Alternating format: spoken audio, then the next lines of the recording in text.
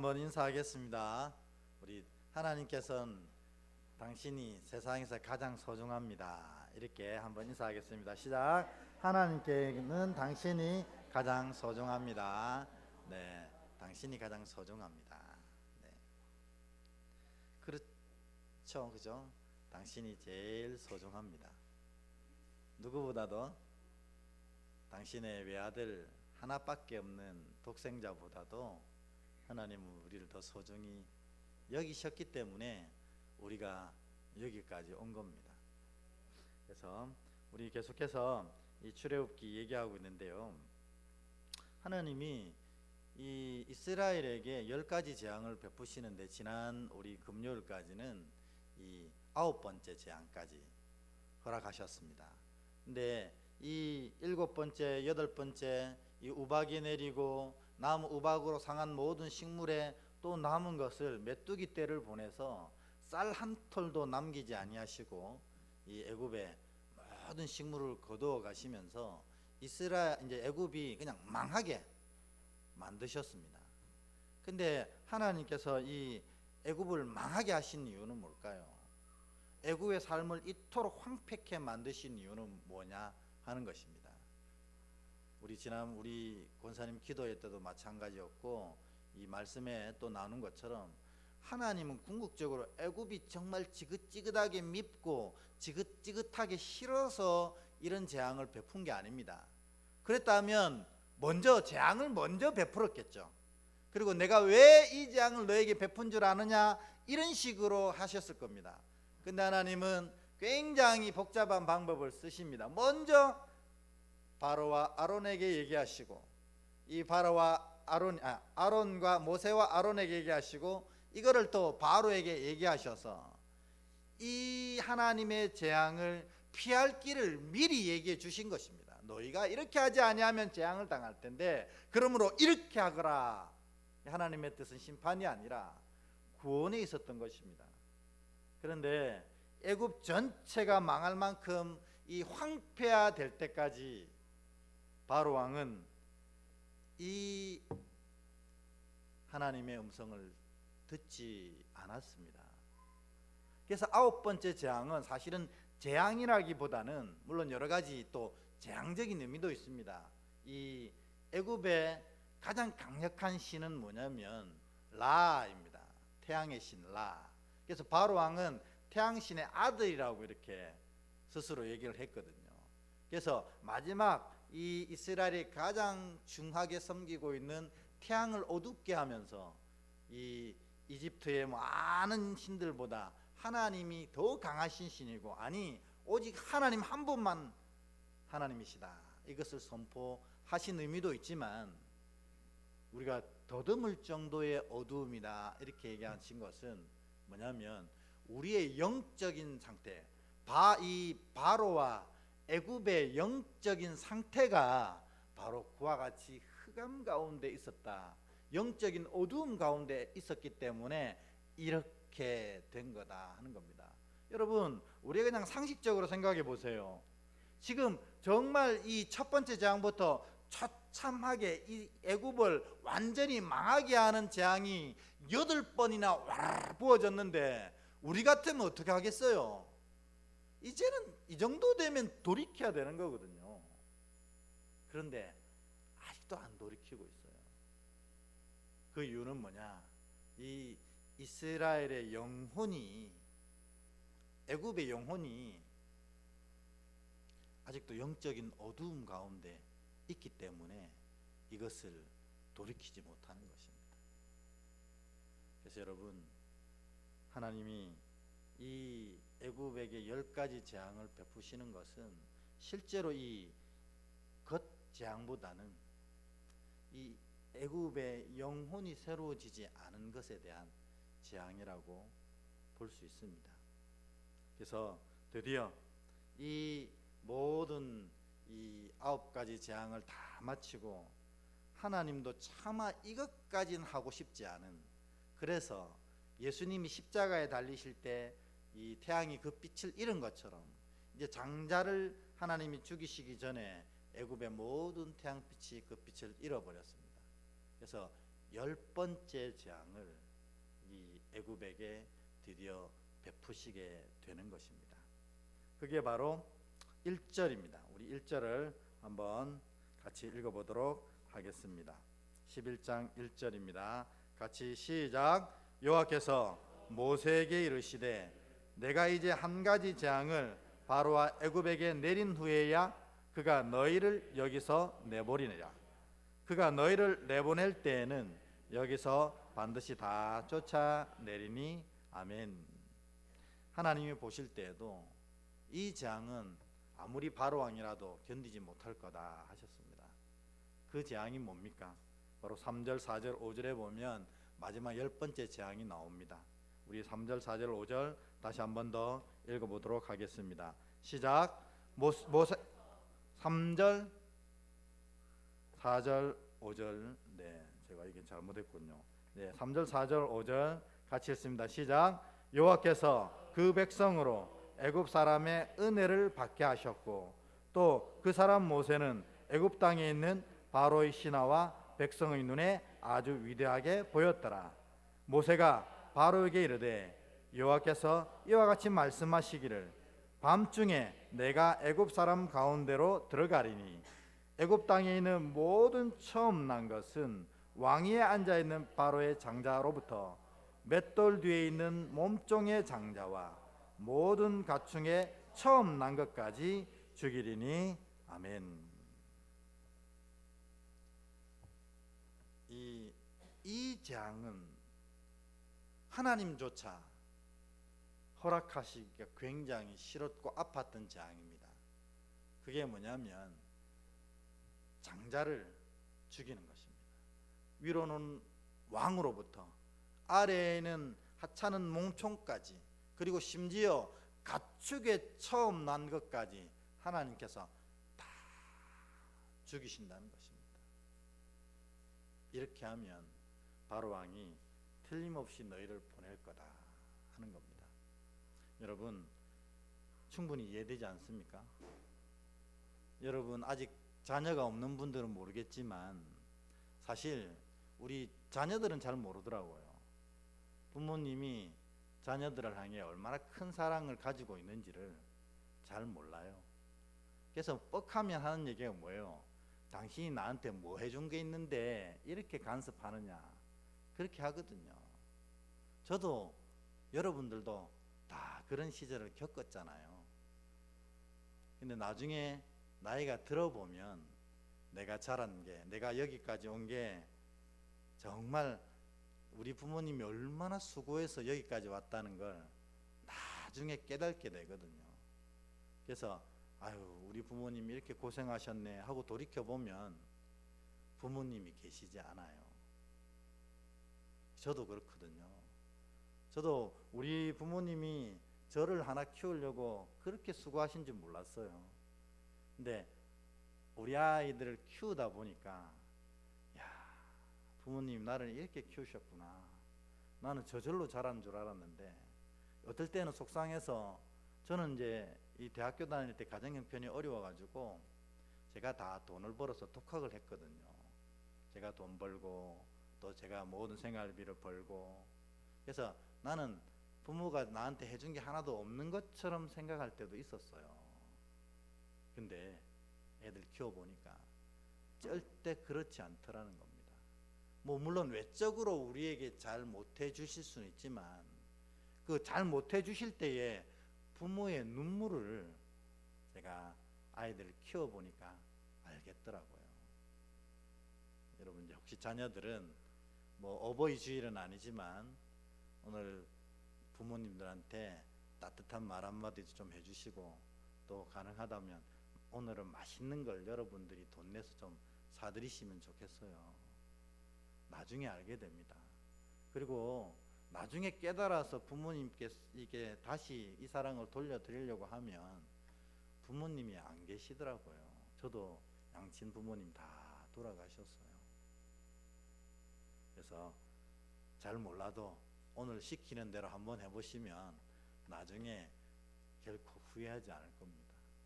어쨌든 이 부모에게 이 자녀란 정말 내 생명보다도 더 소중한 존재이거든요. 자녀가 잘 모를 뿐이지. 그런데 이 자녀의 생명을 앗아간다는 것은 내 생명을 빼앗아가는 것보다도 더 큰 고통이라는 겁니다. 왜? 자녀가 먼저 죽으면 어디에 묻는다고 합니까? 부모 가슴에 묻는다고 하잖아요. 그러니까 애굽 전역의 6절에 보면은 전무후무한 부르짖음이 있었다는 겁니다. 여러분 충분히 이해할 수 있는 장면입니다. 왜 바로 왕은 이 일을 이 지경까지 끌고 갔을까요? 사실 그 사이에 이것은 하나님의 권능이니다라고 이 자기의 술법사들이 고백한 것들도 많았고, 심지어 자기가 그렇게 아끼던 신하들도 이 애굽이 이제는 다 망했는데 바로 왕은 아직도 정신 못 차립니까? 하고 오히려 바로에게 치근하는 얘기들이 다 나왔습니다. 그런데 이 정말 이 신하들뿐만 아니라 바로조차도 그 하나님의 이 8가지 9가지 재앙 가운데 고통을 충분히 겪었습니다. 그런데 왜 고치지 않고 여기까지 온 것일까요? 여러분 왜 그럴까요? 말씀드렸잖아요. 뭐가 없어서 그랬어요? 들을 귀가 없는 거예요. 귀가 있는데 들을 귀는 없는 겁니다. 그러니 다 들리는데도 그의 삶을 바로 잡지를 못하는 거예요. 여러분들도 똑같은 경험을 얼마나 많이 하셨어요. 무엇이 옳은지 어떻게 해야 되는지 우리가 다 알고 있지만 하지 못하는 게 얼마나 많아요. 그거는 이 오늘 출애굽기를 통해서 보면 들을 귀가 없기 때문에 그런 거라는 겁니다. 하나님의 음성을 듣고 그 음성을 마음속에 담아서 찔림으로 변하여 새 사람이 되어져 가는 과정이 있어야 되는데, 이 들을 귀가 없으니까 하나님의 말씀을 듣긴 듣는데 이게 곧 나가버려서 나가서는 또 전혀 말씀을 모르는 사람처럼 살게 되는 것입니다. 그래서 여러분 지금 이 10가지 재앙의 후반부에서 진짜로 중요한 핵심 단어는 들을 귀를 가지자는 겁니다. 여러분 들을 귀가 있습니까? 내가 들을 귀 있는 것, 들을 귀 없는 것, 그 차이점이 뭐라고 생각합니까, 여러분? 여러분 들을 귀 있으면 뭐가 생긴다는 거예요? 찔림을 가지고 변하여 새 사람으로 나아간다는 것입니다. 그러니까 내가 들을 귀가 있다는 것은 하나님의 음성을 듣고 그 음성이 내 마음에 담겨서 내 영을 찔림을 받게 하고 그때부터 변화가 일어나기 시작한다는 것입니다. 근데 수십 년을 예배하면서 수십 번의 말씀을 듣고 나서도 내가 찔림은 있을 수 있어요. 왜냐하면 하나님의 대적자들도 다 찔림이 있었거든요. 그런데 그들은 이 찔림으로 이를 갈았다고 합니다. 이것이 들을 귀가 아니거든요. 들을 귀는 이 찔림을, 내 삶을 하나님의 뜻으로 바꿔가는 데 쓰는 능력이라는 것입니다. 그러니까 여러분 예배 1000번 만번 드려도 신앙생활 10년 20년 30년 해도 들을 귀를 소유하지 못하면 다 헛것이라는 것입니다. 여러분 그래서 오늘 이 출애굽기는 이 애굽을 향한 하나님의 심판이고 재앙이지만 이 출애굽기를 바라보면서 우리가 진짜 마음속에 결단하고 고백해야 되는 것은, 우리가 세상적으로 편하게 얘기하면 나는 저러면 안 되겠다는 겁니다. 믿음의 자녀는 저렇게 해서는 안 되겠다. 그러면 뭐 해야 됩니까? 주께서 말씀하실 때 그것을 들을 길을 가지고 받아서 내가 내 삶을 그 말씀에 합당하게 바꿔가는 그런 삶을 살아야겠다. 이게 들을 귀라는 겁니다. 그러니까요, 설교를 들으면 사실 목사님 오늘 말씀이 은혜가 되었습니다, 이거는 제가 안 좋아하는 반응이라 그랬죠. 그는 무슨 말이냐면 내가 생각하던 것하고 딱 맞아요, 목사님 내가 듣고 싶은 얘기 해주셨어요, 이 얘기거든요. 사실 진짜 말씀을 받으면요, 얼굴이 붉어지고 고개를 숙이며 형제여 어찌할꼬 이런 고백이 나와야 그게 진짜 은혜를 받은 드럽기라는 겁니다. 그러니까 사실 이 설교를 제대로 했으면 저의 눈빛을 피하는 게 사실은 맞아요. 제가 설교하고 이렇게 인사하면요, 저를 이렇게 피해서 쭉 이렇게 둘러가는 분들 많거든요. 저는 그게 은혜 받은 증거라고 생각합니다. 얼굴이 붉어지고 형제여 그러면 내가 어찌할꼬, 이것이 들을기라는 겁니다. 여러분, 신앙의 궁극적인 목표가 뭘까요? 왜 여러분 신앙하십니까? 신앙의 궁극적인 목표. 뭐 이거 너무 어려운 질문인가요? 제가 막 너무 진지하게 질문하니까 좀 어려 계신 것 같은데, 신앙의 궁극적인 목표는 구원받고 천국 가는 거 아닙니까? 그죠? 우리가 이 어리석은 짓, 세상 사람들이 볼 때 이 미련한 짓, 이 좋은 주일날, 이 좋은 날씨에 여기서 도대체 뭐 하는 겁니까? 근데 여기에 뭐가 있냐면 구원과 천국 가는 길이 있기 때문에 이 자리에 모인 거 아닙니까?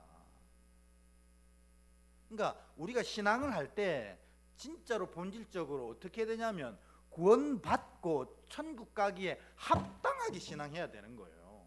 그렇지 않으면 이거 다 쓸데없는 겁니다. 이거 뭐 하는 거예요 도대체? 구원받기에 합당한 신앙, 천국 가기에 합당한 신앙을 하기 위해서 우리가 여기에 모인 거거든요. 그럼 여러분, 다시 질문합니다. 너무 유치한 질문이지만 중요한 질문입니다. 어떻게 하면 구원받습니까? 맨날 얘기하잖아요. 어떻게 하면 구원받아요? 네? 네.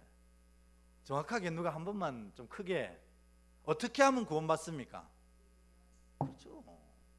예수 그리스도를 구주로 고백하면, 사도행전 표현대로, 제가 좋아하는 표현대로 누구든지 주의 이름을 부르면 구원을 받는 거거든요. 그러니까 오늘 우리가 신앙하는 궁극적인 이유는 예수를 구주로 믿기 위해서 신앙하는 거거든요. 그러면 누구든지 주의 이름을 부르는 자는 구원을 얻으리라고 선언하셨어요. 그러니까 여러분 여기서 주님, 예수님은 나의 주님이십니다. 우리가 그걸 줄여서 뭐라고 불러요? 예수 그리스도 이렇게 부르잖아요. 예수 그리스도를 고백하는 모든 자는 이 자리에서 구원이 선언된 줄 믿습니다. 근데 여기까지 참 좋거든요. 근데 우리가 잊어버리는 게 있습니다. 구원이 궁극적인 목적이 아니라는 겁니다. 신앙에서 우리가 이걸로 끝내버리기 때문에 우리 믿음이 굉장히 이상해지는 거예요. 구원은 시작이거든요. 예수 그리스도를 구주로 고백하면서 하나님이 우리를 구원받았다 선언해 주셨어요. 그러면 구원받은 자들이 결국에는 다다라야 될 곳이 어디입니까? 천국입니다. 그러니까 우리가 구원받고도 천국에 가지 못하는 그런 안타까운 일이 일어나서는 절대로 안 된다는 겁니다. 근데 구원에서 우리 신앙이 멈췄기 때문에 이런 어려움을 당하는 겁니다. 어이구 목사님, 그럼 구원을 선언받고도 천국에 못 갈 수 있나요? 당연히 있죠. 천국이라는 장소에 가도 천국을 누리지 못하는 사람도 있게 됩니다. 하나님, 저를 종으로 여겨주세요. 제가 하나님 구원해 주신 뒤에 믿음의 삶을 살아가면서 엉망진창으로 살다가 그저 주의 이름 부르는 거 그거 하나 때문에 내가 여기 왔는데 하나님 얼굴을 보니 부끄러워서 하나님을 볼 수가 없어요. 나를 종의 하나로 여겨주시면 그냥 만족하고 살게요. 천국에서 그렇게 살면 그곳이 천국입니까? 저는 아니라고 생각합니다. 목사가 설교했는데 오늘 내 마음에 찔림이 있어서 목사의 눈을 제대로 보지도 못하는 날도 많은데, 저도 이 설교를 하고 나서 이 설교에 내가 걸려서 하나님 보시기에 부끄러워 얼굴을 붉힐 때가 많은데, 우리의 많은 어리석은 삶을 다 몽졸이 지고 천국에 갔을 때 하나님 얼굴을 배울 때 우리가 하나님 이렇게 부를 수 있을까요? 그래서 여러분, 신앙의 궁극적인 목적을 우리가 분명히 깨달아야 되는 겁니다. 신앙은 구원받고 천국 가기 위한 겁니다. 왜냐하면 우리가 다 이 육신의 장막을 벗고 죽음 앞에 설 것이기 때문입니다. 그러니 여러분, 이거 진짜로 중요한 고백입니다. 구원은 예수 그리스도를 구주로 고백하면 얻습니다. 그러나 천국은 그 구주를 온전히 쫓을 때 그 천국을 누리게 되는 것입니다. 그러면 구원받고 천국 못 누린 사람도 있나요? 있더라고요. 여러분, 죄가 뭡니까? 죄를 가지고는 결단코 천국에 갈 수 없는데, 죄는 뭡니까? 헬라어로 하마르티아입니다. 하마르티아는 관역이 화살이 있는데 화살이 唰 쏘아가지고 관역에 맞아야 되는데 화살이 쏘긴 쏘았는데 관역에 없어요. 이게 하마르티아거든요. 그래서 여기서 이 활 꽂힌 걸 검사하는 이 군사가 하마르티아 이렇게 하면 관역에 화살이 없어요 라는 뜻입니다. 그게 죄거든요. 그러니까 내가 예수 그리스도를 구주로 고백하고 구원받은 다음에 있어야 될 자리에 있지 않고 엉뚱한 데 떠나버리는 겁니다. 그런 자들은 구원을 한번 받았는데 천국을 누리지 못하는 자가 된다는 것입니다. 그 모양이 어떻든 장소적으로 천국에 가든 그는 아마 천국을 제대로 누리지 못하는 자가 된다는 것입니다. 우리 흔히 이걸 부끄러운 구원이라고 부르는데, 저는 그곳이 지옥이 아니겠습니까?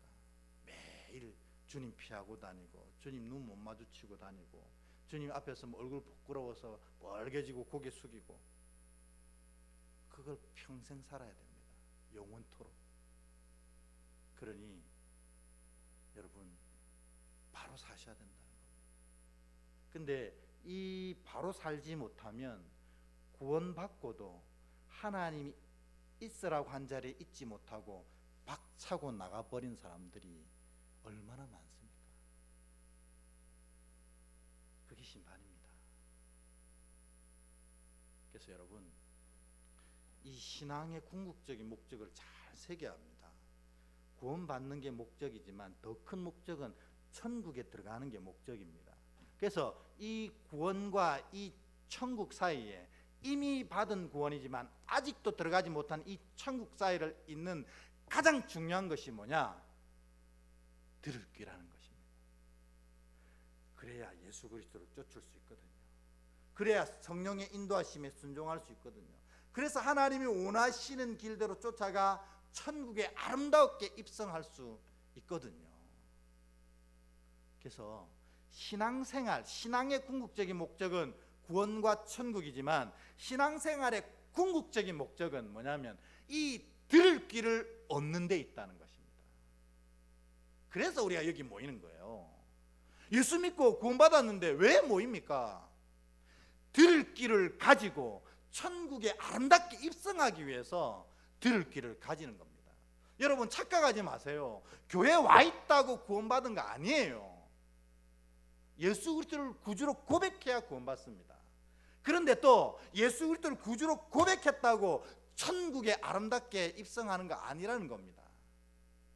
들을 길을 가지고 그분이 이끌어 가시는 길을 쫓아갈 수 있어야 된다는 거예요. 오늘 바로는 10가지 재앙 부어져도 나중에 결론을 보면 10가지 재앙이 부어져도 들을 길을 가지지 못해서 결국 하나님의 은혜를 다 놓쳐버리고 그의 나라와 그의 지방까지 와르르 무너지게 되는 일을 경험한 것입니다. 딱 한 가지 때문이에요. 들을 기가 없어가지고. 여러분은 들을 기가 있으십니까? 그러니까 오늘 우리가 10가지 재앙을 얘기하면서 각 재앙이 애굽의 신들 하나하나를 하나님께서 벌하시고 밟으시고 거짓 신임을 선포하시면서 쭉 나아간 그 마지막 이 9번째 재앙은 애굽의 가장 강력한 신인 라까지 벌하시면서 이루신 재앙이라고 생각하십니까? 아닙니다. 이 신들은 진짜입니까? 가짜입니까? 가짜 신입니다. 하나님이 가짜 신을 대항하면서 그런 일을 행하셨을까요? 하나님이 이 10가지 재앙을 행하신 이유는 뭐냐면 그 가짜 거짓 신을 믿고 있는 애굽 사람과 바로와의 싸움이었다는 겁니다. 왜 그러니 너희들? 그래서 그들이 믿고 의지하는 신들을 하나하나 무너뜨리시면서 그 모든 신은 다 거짓된 것이고 오직 나 여호와만 참 신이며 나를 따를 때 내 마음은 심판이 아니라 너희까지 구원하고 싶다는 사실을 끊임없이 알려주시는데, 하나님의 이 애굽과 바로를 새롭게 세우려고 하는 이 하나님의 계획이, 우리 정직하게 고백해 봅시다. 실패했습니까? 성공했습니까? 실패했다고 얘기하면 참 하나님 보시기에 그렇죠. 실패했습니다.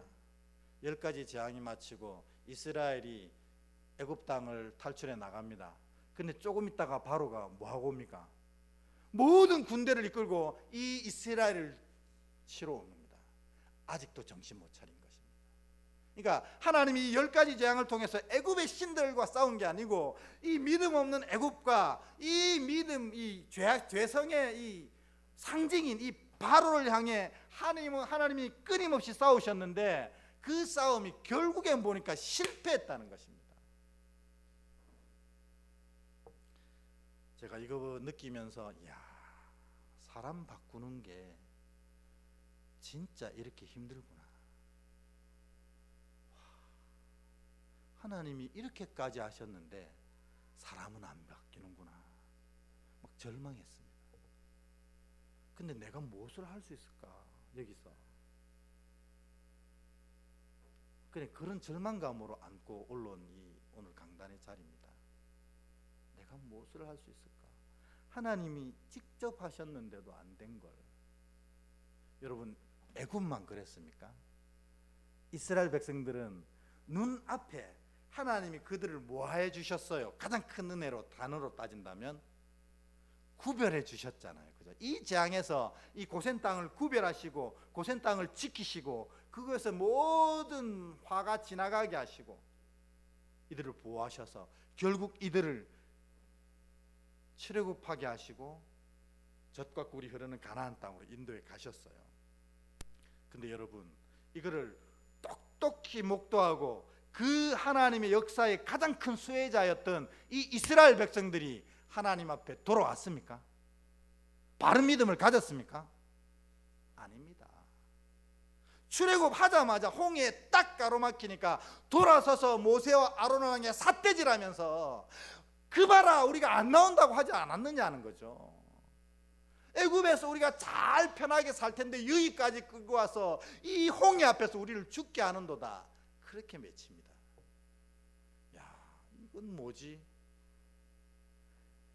애굽과 바로가 하나님의 음성에 돌이키지 않은 건 그래도 이해가 됐습니다. 그런데 정작 이스라엘 백성들, 이 모든 은혜를 수혜받고 하나님이 내 백성이라고 끊임없이 선포하시면서 애지중지하고 이끌어오신 이 이스라엘은 이거 뭐지? 하는 겁니다. 하나님이 홍해를 갈라뜨려서 이들을 마른 땅으로 지나가게 하시고 이 애굽의 군대는 그 홍해에 수장시켜 버렸습니다. 그리고 이 이스라엘이 광야의 길을 안전하게 갑니다. 근데 광야 길 안전하게 가면서 처음 했던 얘기가 뭡니까? 하나님 할렐루야 감사합니다 이랬습니까? 목말라 죽겠다는 겁니다.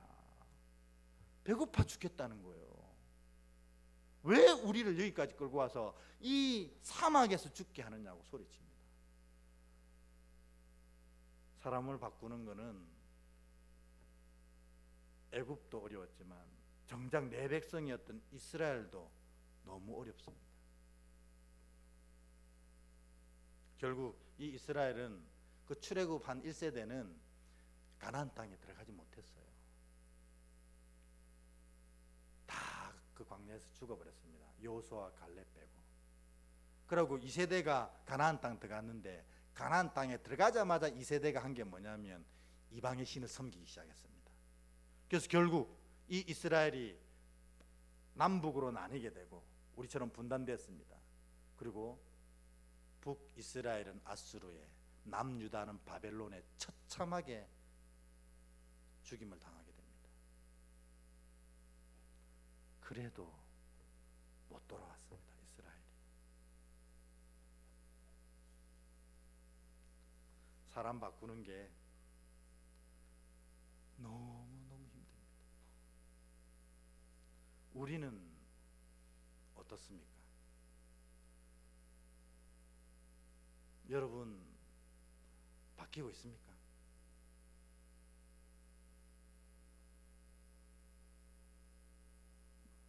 너무너무 힘듭니다. 안 바뀌어요. 결국 다 제자리로 돌아갑니다. 어떻게 해야 됩니까? 답은 한 가지밖에 없습니다. 들을 길을 회복해야 됩니다. 그거밖에 없어요. 하나님의 말씀을 듣고 마음에 찔려 변하여 새 사람 되어져 예수 그리스도가 가는 이 천국 길을 쫓아가서 아름답게 천국에 입성하는 방법은 들을 길을 받는 방법밖에 없다는 것입니다. 여러분, 제가 막 긴 소리로 떠들었지만 이 한마디 축복해 주고 싶어서 그래요. 뭐냐면 여러분, 이 자리에 참석하신 모든 분들이 이 기 말고, 이 쓸데없는 기 이거 말고 정말 들을 길을 얻어서 하나님의 말씀 마음판에 새겨지고 그 말씀대로 변하여 새 사람 되어 천국을 소유하는 복된 백성 되시기를 주의 이름으로 축원합니다. 그러면 질문해야 됩니다. 저한테, 목사님, 들을 귀는 어떻게 얻는 겁니까? 그러면 어떻게 얻습니까? 세 가지 방법이 있습니다. 첫 번째로 보혈이 우리 심령에 흘러야 합니다. 우리 힘으로는 안 됩니다. 보셨죠? 안 되는 거 보셨죠? 10가지 재앙을 쏟아부어도 안 됩니다. 그걸 똑똑히 목도했는데도 안 되더라고요.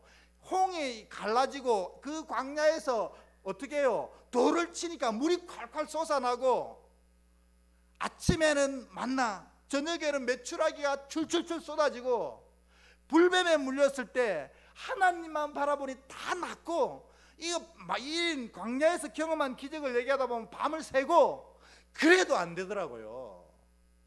사람으로는 할 수 없다는 것입니다. 그러니까 여러분이 안 변하는 것은 여러분이 나빠서가 아니에요. 사람의 본성은 다 그렇습니다. 근데 우리를 바꾸는 첫 번째 경우가 있더라고요. 그리스도의 보혈이 내 심령을 적시면 바뀌기 시작합니다. 여러분, 그리스도의 보혈이 내 심령을 적신다는 게 뭐예요? 요즘에 저도 설교자지만 지금 많은 설교들이 인터넷에 막 홍수처럼 넘치잖아요. 근데 여러분, 딱 사라진 설교가 한 가지가 있어요. 보혈 설교가 다 사라졌습니다. 십자가 설교가 다 사라졌어요. 어떻게 하면 잘 사는지, 어떻게 하면 아름다운 믿음을 유지해 가는지는 얘기는 하는데 가장 중심된 것, 사람을 바꾸는 유일한 길인 보혈에 대한 고백이 없더라는 겁니다. 여러분, 오늘 여러분 설교 마치고 기도하실 때 여러분 마음 중심에 보혈이 이 온몸을 적셔 흘려서 내 마음과 생각과 내 영혼까지 온전히 적시는 자가 되게 하옵소서. 그 기도하시기 바랍니다. 이게 굉장히 추상적인 얘기거든요. 이거를 우리가 알아들을 수 있는 얘기로 한다면 뭐냐면, 나는 그리스도의 보혈을 내 값으로 구원받은 자라는 고백이 필요하다는 겁니다. 여러분, 그래서 제가 맨 처음 여러분 인사할 때 하나님 보실 때 내가 가장 소중합니다 이렇게 인사한 것은 뭐냐면, 여러분을 하나님은 예수 그리스도의 이 보혈의 피값보다 더 가치 있게 보신다는 겁니다. 여러분, 그래서 이 보혈을 그냥 흘리시는 거예요. 왜? 여러분 한 사람이 더 소중하기 때문에. 이거를 인정하는 게 보혈이 내 중심에 흐르는 겁니다. 그러니까 여러분은 보혈의 피값으로 구원받은 자입니다. 그냥 내가 예수를 구주로 고백합니다, 이걸로 구원받았다고 착각하지 마세요. 이거는 그냥 하나님이 인정하라고 하시는 거예요. 인정하는 자에게 그 은혜를 베푸신다는 건데, 진짜 구원은 어디서 완성됐냐면 예수께서 십자가의 모든 보혈을 다 흘려내시는 그 순간 우리가 구원받게 된 겁니다. 그거를 인정하는 겁니다. 예수님이 보혈로 나를 구원해 주셨다. 믿습니까? 이거 인정하는 게 들을 귀를 가지게 되는 비결. 그러면 음성이 들립니다. 왜냐하면 하나님은 나를 위해 보혈을 흘려 주셨는데 나는 하나님 앞에 무엇을 해야 되는지를 깨닫게 되는 겁니다. 그리고 자기의 인생과 삶을 더 아껴가기 시작합니다. 왜냐하면 이 인생, 이 부족하고 어리석은 인생의 가격이 얼마입니까? 보혈의 값입니다. 그러니까 여러분, 이거 인정하는 게 들을 길을 얻는 첫 번째입니다. 여러분은 보혈의 가치를 가지고 구원받은 자입니다. 여러분 앞뒤로 한번 진심 어리게 축복해 주셔요. 뭐라고 축복하냐면, 나는, 그러니까 당신이죠. 당신은 보혈의 은혜로 구원받은 자입니다. 이렇게 한번 축복해 줍시다. 시작. 당신은 보혈의 은혜로. 두 번째 이 고백이 있어야 됩니다. 예수님이 나를 보혈의 은혜로 구원하시고 이 보혈보다 더 가치 있게 여겨주신다는 것을 뭘로 알 수 있냐는 거죠. 여러분, 뭘로 알 수 있어요? 그렇죠. 그래서 이 십자가가 새로운 우상이라고 막 십자가를 없애는 교회도 있긴 합니다. 그런데 저는 그렇게 생각하지 않습니다. 십자가를 우리 마음판에라도 새기고 살아야 됩니다. 그래서 저는 될 수 있으면 큰 십자가를 좀 지니고 다니라고 말하고 싶어요. 뭐 귀걸이도 조그맣게 십자가 하지 말고 막 이따만하게 기가 아플 정도로 좀 달고 다니면 좋겠어요. 왜냐하면 아프니까 십자가를 기억하는 거예요. 십자가 목걸이 조그맣게 해가지고 옷 안에 넣지 마시고 큼직하게 해가지고 목에 탁 걸고 다니셨으면 좋겠어요. 걸리면 십자가가 느껴지니까. 십자가의 증거를 가진 사람은 들을 귀가 열리더라니까요. 그래서 우리가 가지고 있는 십자가 통해서 우리가 예수 믿는 사람이 자연스럽게 티가 나게 돼 있잖아요. 이따만큼 큰 십자가 메고 다니는데 절에 다니는 사람 있겠습니까? 귀가 아플 정도의 큰 십자가 메고 다니는데. 그래서 집에도 여러분 책상 앞에, 여러분 차에 다 십자가가 있어야 돼요. 요거 액세서리 아닙니다. 나를 보혈값으로 쳐주신 하나님의 그 크신 은혜와 사랑에 대한 증거 자료라는 겁니다. 그걸 들고 다니는 거예요. 그러면 사단의 여러 가지 시험들을 이 증거를 통해서 이길 수 있습니다. 너 예수 믿는다면서 왜 그렇게 살아? 그렇지. 그래도 나는 주님의 자녀야. 그게 왜? 이 십자가가 증거기 때문에. 그래서 이 십자가 붙잡고 다시 주님 앞에 나와야 되는 거예요. 있어야 될 자리에 있어야 천국을 허락받을 수 있습니다. 세 번째, 보혈, 십자가, 마지막에 성령님이 여러분 가운데 있어야 합니다. 우리 힘으로는 절대로 불가능하다. 이게 출애굽기가 마르고 닳도록 얘기하는 얘기예요. 우리가 예수를 온전히 믿어야지 해가지고 믿어질 수는 없어요. 절대 안 된다는 거예요. 내 생명 같은 자식이 눈앞에 죽어도 안 되더라니까요. 그런데 성령님이 임하시면 가능합니다. 성령님이 이 보혈과 이 십자가를 믿게 하시고 그 보혈과 십자가를 쫓게 하시더라는 겁니다. 그럼 또 질문 하나 더 해야 되지 않겠어요? 어떻게 하면 성령이 내게 충만하게 임하십니까? 뭐 이때까지 성령 충만에 대한 많은 얘기를 했습니다. 근데 쉽게 얘기하면 이런 자가 성령의 충만함을 얻게 된다는 겁니다. 여러분, 사랑은 어떻게 시작됩니까? 어느 날 갑자기 눈이 확 돌아가지고 첫눈에 반하는 사랑도 있을 수 있습니다. 그러나 사랑은 그렇게 시작되지 않습니다. 대부분은. 어떻게 시작됩니까? 한 번 만나고, 두 번 만나고, 세 번 만나니 관심이 슥 생기고, 네 번 만나니 커피도 한잔하고 싶고, 다섯 번 만나니 데이트라는 걸 저 사람과 해보고 싶고, 여섯 번 만나니 영화도 보고 싶고, 일곱 번 만나니 괜히 뽀뽀도 한번 해보고 싶고, 이게 사랑이 진행되는 거 아닙니까? 성령이 충만하게 임하는 과정도 그렇습니다. 우리가 기도와 말씀의 생활이 꾸준히 이어지게 될 때 그 위에 성령의 충만함이 임하게 된다는 겁니다. 그러므로 우리가 홀리원 운동, 하루에 1시간 예수님과 함께하는 거룩한 운동을 한다는 것은 생명을 위한 시간이라는 거예요. 네, 말씀을 맺겠습니다.